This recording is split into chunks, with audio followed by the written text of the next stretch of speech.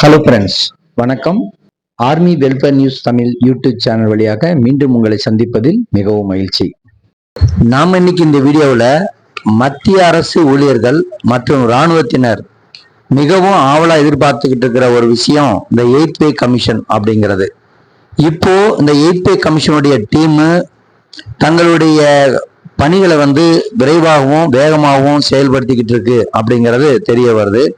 அதனுடைய ஒரு பகுதியாக தான் இந்த குழுவினர் சமீபத்தில், அதாவது 3 மே 2026 அன்னைக்கு மகாராஷ்டிராவில் இருக்கிற புனே விமான படைத்தளத்துக்கு சென்றிருக்கிறாங்க. எதுக்காக இந்த பயணம், அங்கு என்ன நடந்தது, எதை பற்றியெல்லாம் விவாதிக்கப்பட்டது, இதனுடைய தாக்கம் என்னவா இருக்கும், எந்தெந்த இடங்களெல்லாம் ஆய்வு செஞ்சாங்க அப்படிங்கிற கம்ப்ளீட் டீட்டெயில நம்ம இந்த வீடியோவில் பார்க்கலாம். முதலாவது 8th பே கமிஷனுடைய டீம் இப்போ ஒவ்வொரு இடமா விசிட் பண்றாங்க. நிறைய ஒரு சங்கங்களுடைய பிரதிநிதிகளை கூப்பிட்டு ஆலோசனை நடத்துறாங்க.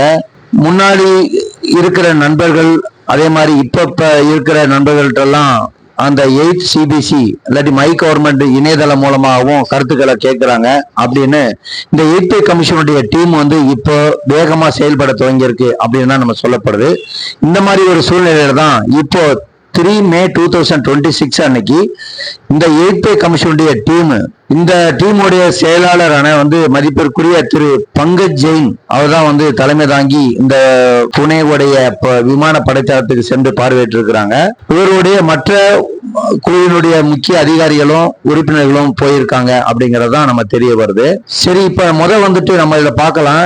இந்த பயணம் எதுக்காக மேற்கொள்ளப்பட்டது, இதனுடைய அப்ஜெக்டிவ் என்னது, இந்த விசிட்டினுடைய நோக்கம் என்ன அப்படின்னு பார்க்கும்போது அவங்க சொல்லி இருக்கிற கருத்து வெறும் ஏசி அறையில் அமர்ந்து முடிவு எடுப்பதை விட போர்க்காலத்துல வீரர்கள் சந்திக்கக்கூடிய சவால்களை நேரடியாக கண்டு உணர்ந்தால்தான் மட்டுமே சரியான ஊதிய பரிந்துரைகளை வழங்க முடியும் அப்படின்னு ஒரு முடிவு எடுத்துட்டு தான் இந்த ஒரு பயணம் மேற்கொண்டிருக்காங்க. உள்ளபடியே இது பாராட்டக்கூடிய விஷயமா தான் அனைவராலும் பார்க்கப்படுது அப்படிங்கிறத நம்ம தெரிஞ்சுக்கணும். சரி, இந்த விசிட்ல எதை பத்தி எல்லாம் விளக்கம் அளிக்கப்பட்ட சவால்கள், எதை பத்தி எல்லாம் எக்ஸ்பிளைன் பண்ணாங்க அப்படின்னு பார்த்தா, விமான போக்குவரத்து பணியில் உள்ள டேஞ்சர்ஸ், அபாயங்கள் என்னென்ன இருக்கு அப்படிங்கிறதையும், போர் விமானிகளினுடைய மன அழுத்தம் எப்படி இருக்கு, எதனால ஏற்படுது அப்படிங்கறத பத்தியும், இந்த பராமரிப்பு டீம், மெயின்டெனன்ஸ் டீம் 24 ஹவர்ஸும் மேற்கொள்ளப்பட வேண்டிய கடினமான உழைப்பை பத்தியும் அவங்களுக்கு தெளிவா விளக்கப்பட்டிருக்குது அப்படின்னு தெரிய வருது. விளக்கப்பட்ட சவால்களோட மட்டுமல்லாம பல கீ ஏரியாஸ் எல்லாத்தையும் போய் விசிட் பண்ணிருக்கிறாங்க.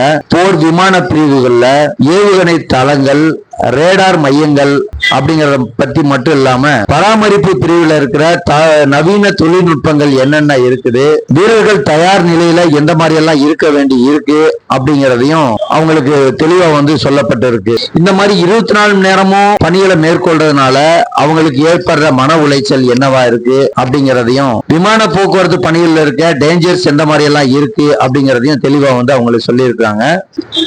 சரி, இதனுடைய தாக்கம், இந்த விசிட்டினுடைய தாக்கம் என்ன இம்பாக்டா ஏற்படுத்த போது இந்த 8th பே கமிஷனுடைய பேமெண்ட் ஹைக்ல அப்படின்னு பார்த்தோம்னா, இந்த ஆய்வின் மூலமாக கிடைக்கும் தகவல்கள் உள்ளபடியே ராணுவ வீரர்களுக்கு வழங்கக்கூடிய அலவுன்ஸ், 2வது ரிஸ்க் பே, 3வது அவங்களுடைய அடிப்படை ஊதிய கட்டமைப்பை நிர்ணயிக்கிறதுல முக்கிய பங்கா இருக்கும் இந்த விசிட் அப்படிங்கிறது அனைவராலும் பேசப்படக்கூடிய ஒரு விஷயமா இருக்கு. அதுல இது வீரர்களுடைய நீண்டகால கோரிக்கைகளை நிறைவேற்றக்கூடிய ஒரு நல்வாய்ப்பாகத்தான் இது அந்த விசிட் அமைஞ்சிருக்கு அப்படின்னு தான் சொல்ல வர்றாங்க. அதுல இந்த 8th பே கமிஷனுடைய இந்த நடவடிக்கைகள் எல்லாம் மத்திய அரசு ஊழியர்கள், முன்னாள் ஊழியர்கள், இப்ப பென்ஷன் வாங்கிட்டு இருக்கவங்க, மற்றும் ராணுவத்துல இருக்கிறவங்களும் இப்ப இருக்கிறவங்க இல்ல பென்ஷன் வாங்கிட்டு இருக்கவங்க மத்தியில ஒரு மிகப்பெரிய எதிர்பார்ப்பை ஏற்படுத்தி இருக்குது அப்படிங்கறத நம்ம இப்ப பாக்குறோம். இது போன்ற முக்கிய தகவல்களை உடனுக்குடன் தெரிந்து கொள்ள நம்முடைய சேனலை சப்ஸ்கிரைப் பண்ணுங்க. நன்றி, வணக்கம், ஜெய்ஹிந்த்.